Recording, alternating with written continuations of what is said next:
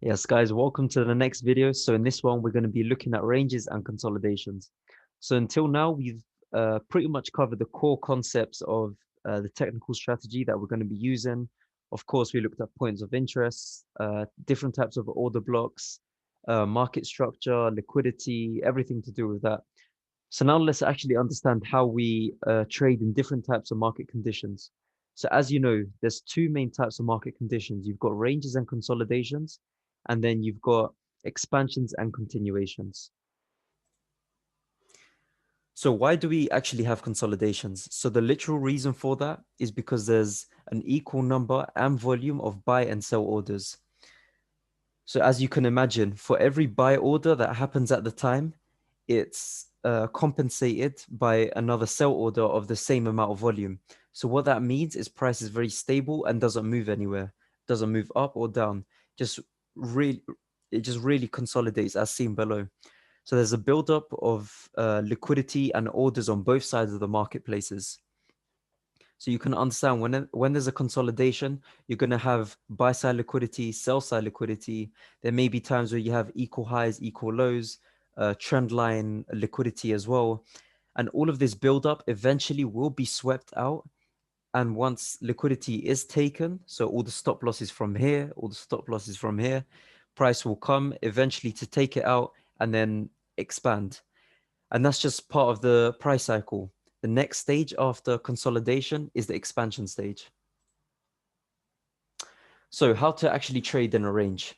Now, the strategy is to take as many profits as possible and as soon as possible as well, because you've got to understand that when you're in a consolidation, you'll get many, many valid points of interest. As shown here, we started off with this price showing buy side liquidity. As we went down, and a clear order block was shown in the premium area.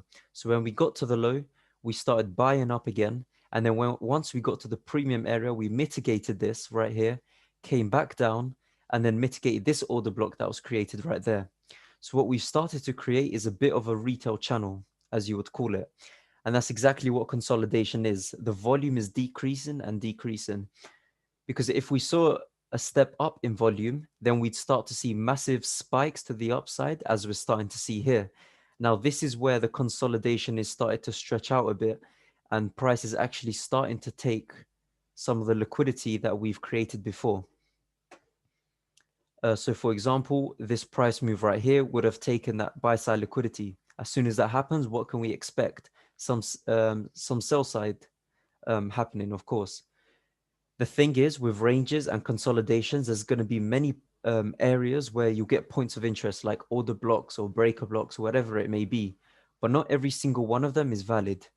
You would have thought, okay, now that we've got this buy right here, if we were expecting more buys and we had bullish momentum, yes, this order block would have been valid.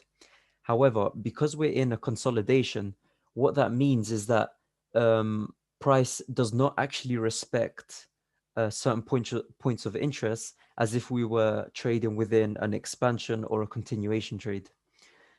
And now don't expect massive price movements, but rather expect minute volume. So definitely one thing that I'd recommend is to take profits as soon as you can, but also at strong points of interest. So if, for example, I understood that time of day was correct and everything, that's what we're going to be getting into in the next part of the technical section. But if I took a sell from here, I understood that we were just taking the stop losses from there. If I had taken a sell, my take profit would have been at this order block. Not here, not here. Because the thing you've got to understand is price can reverse at any point, at any order block, really. And that's why it's a bit dangerous to trade in consolidations. And of course, you can trade within consolidations, and I do it myself, but you really need to have a proper understanding of what's going on, where price can go, and when to efficiently take profits. So let's take example in the live markets. So market structure right here, as you can see, is quite difficult to understand. It's just presenting question marks everywhere. So we've got this low, then we've got the lower high, then we've got a higher low, then a lower high again, and then we get the lower low. So at this point right now, we would start to think, okay, now we're downtrending because we're starting to see there's mitigations to the downside, right? That's exactly what happens here. But then when price gets right there, it mitigates this, essentially this breaker block area right here, starts reversing the other way, and then comes back again below that low again. So what we start to understand right here is that we're in a consolidation. So we really need to be careful with the trades we're taking. If you had taken these trades right here, you would have incurred some losses unless you took profits very quickly or even went break even for every single trade. The example that we see here is when we mitigated this area right here. Yes, you would have got the entry in, but it came straight back to take your break even or your stop loss even. Came back down. Okay, so now we've got this clear point of interest right here. But no, again, it shoots straight back through. Now, in conclusion, try to avoid trading any pairs that consistently consolidate, since you will find it's tough to get a clear market structure that you can do well with. Stick to more trending pairs, since this is where you will get the cleanest price action.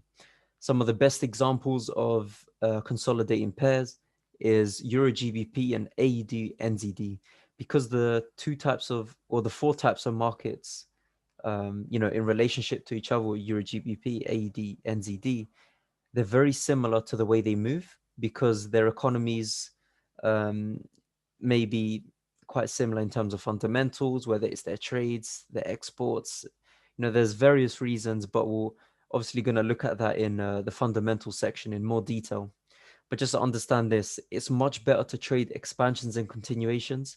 And when you've got consolidations, reduce risk especially, and do not overtrade, because you will find yourself so frustrated trying to understand some kind of market structure, but consolidations will make it very unclear. And obviously there's a lot more to it that we're going to be looking at in the second and the third section. But yeah, guys, that's it for this lesson. I'll see you in the next video.